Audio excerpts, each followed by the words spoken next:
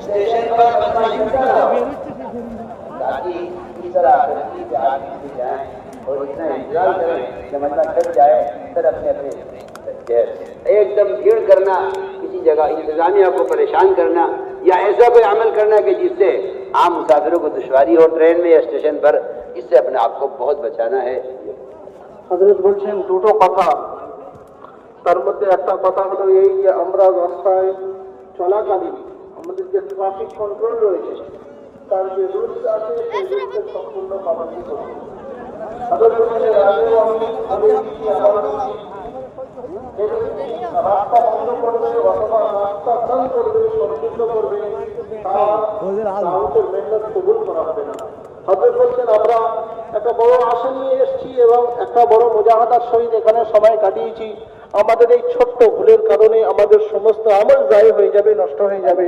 ওই জন্য আপনাদের কাছে বারবার আমি অনুরোধ করছি যে সফরের যে নিজাম আছে, সফরের যে রুলস রয়েছে সেই রুলস অনুযায়ী আমরা এখান থেকে যাব।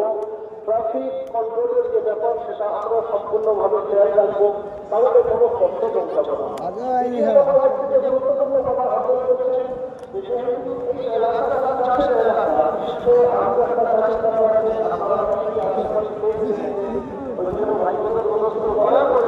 আপনারা আরো ছেলের কোনো ক্ষতি করবেন না। তাদের বলছেন এটা বহুত বড় বিষয়।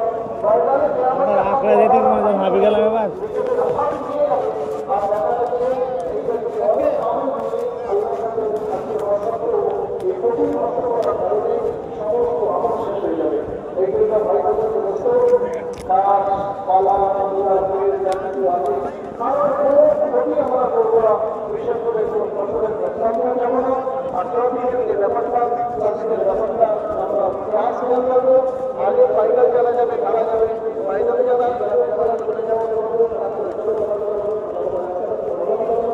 এইরকম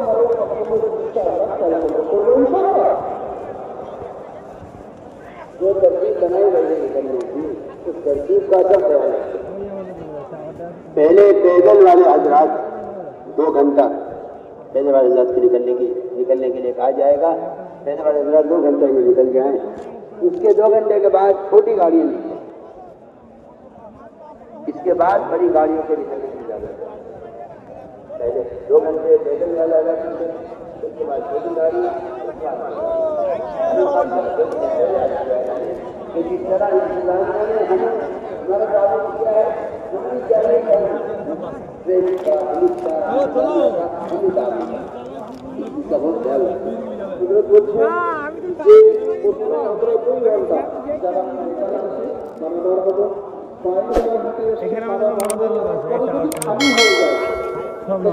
রাস্তা খালি মতো হয়ে গিয়েছে।